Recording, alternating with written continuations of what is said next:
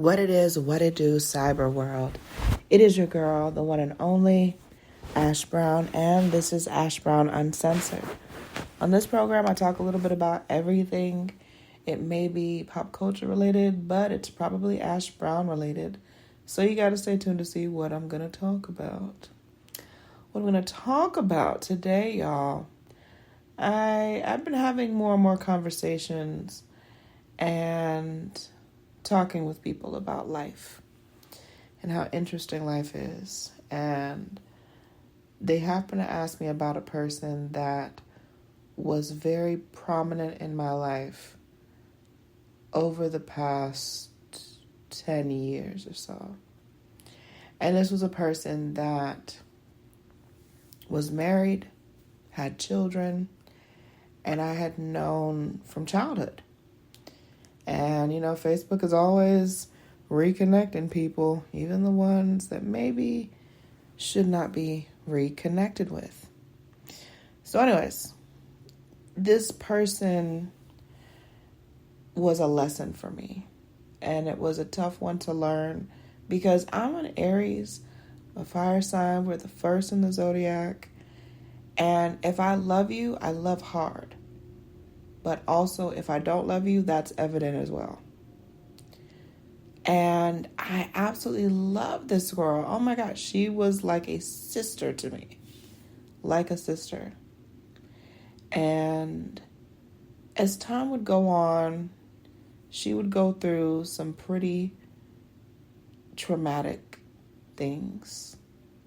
A lot of traumatic things were going on with her. And I did my best to be there.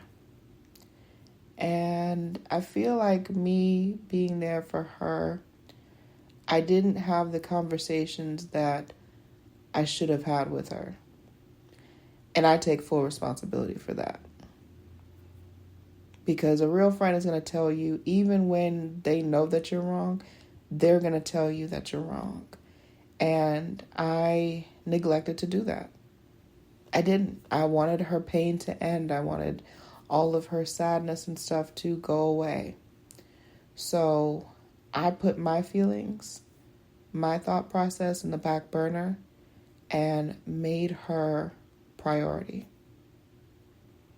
We went out of town together. We would hang at different places. I would take her to premieres with me. And keep in mind, like I said, she's married. She's got kids.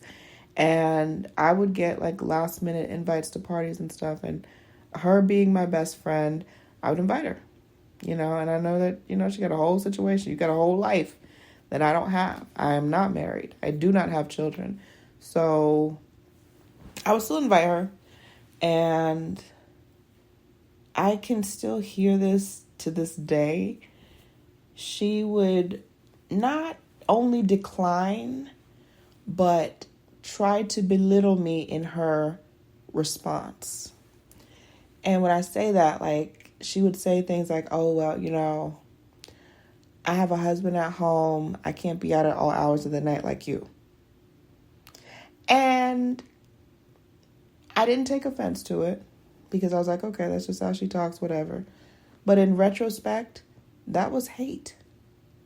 She hated the fact that I was single, unattached, no children, so no responsibility. I don't have to look about babysitters. I don't have to go and drop the kids off with my mom. I don't have to do any of that. I can just, at the drop of a hat, be in Midtown shaking my tail feather, all right? And she didn't like that because she did not have the same options that I had. It is what it is. Well, time would go on, and this was a person that I shared a lot of stuff with. The stuff that I didn't even tell my family, I was sharing with her.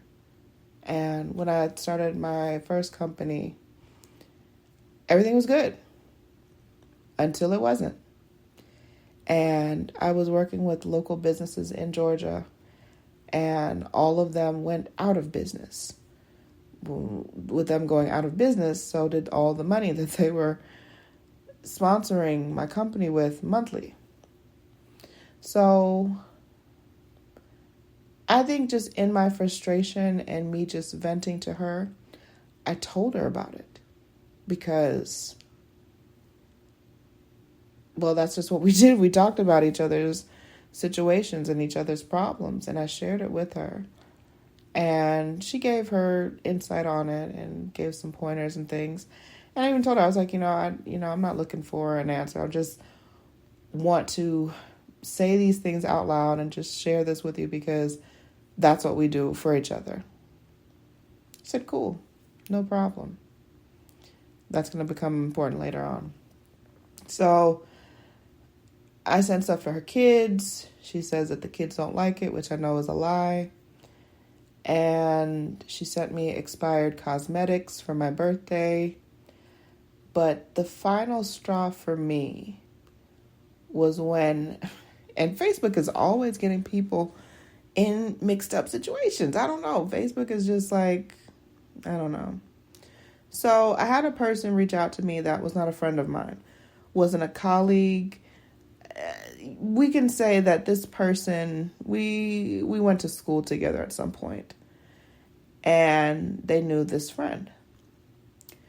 Well, the person reached out to me through Facebook Messenger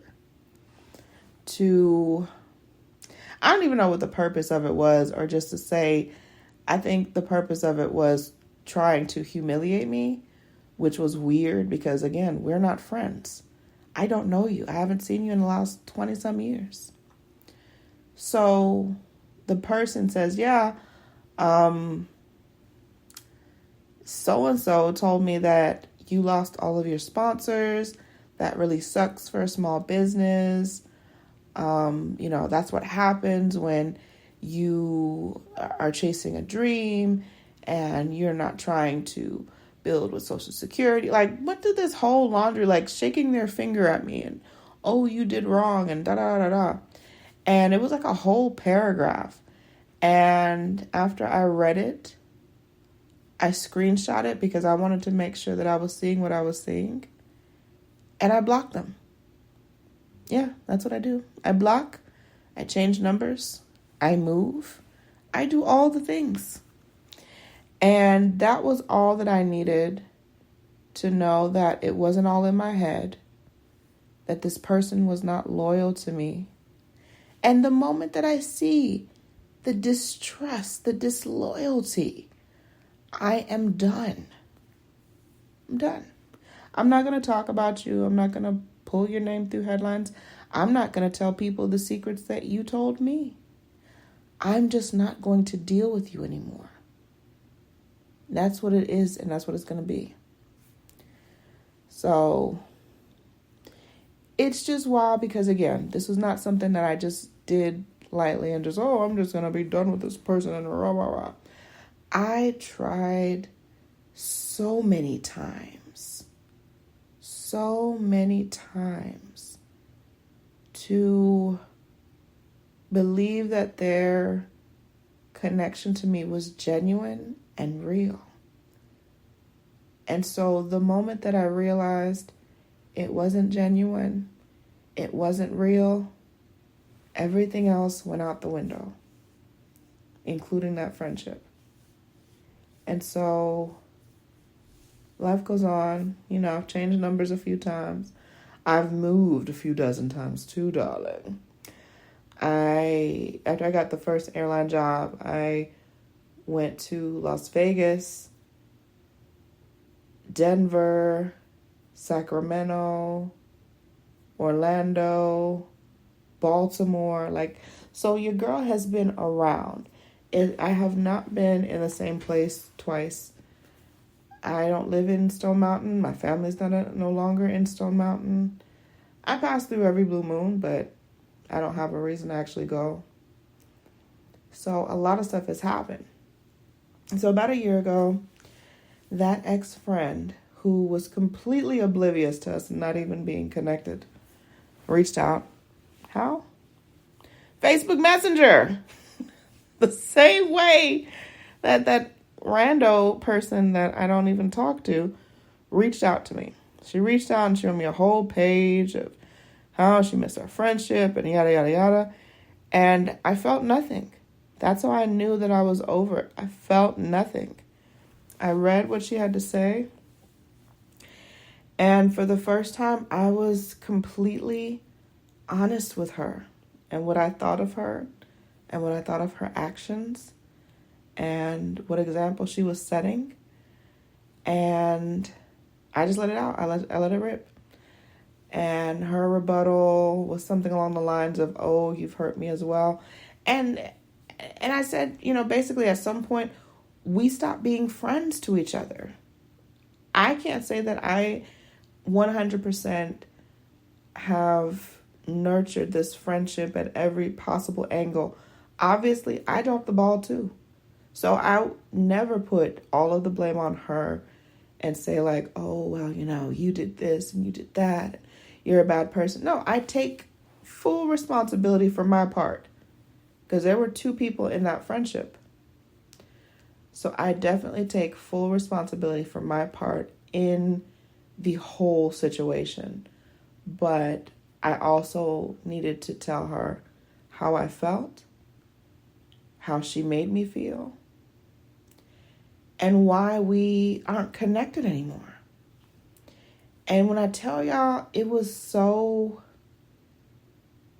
elevating sharing that, because I wasn't nasty, I wasn't ugly, I didn't call her names, I didn't, do anything that was demeaning.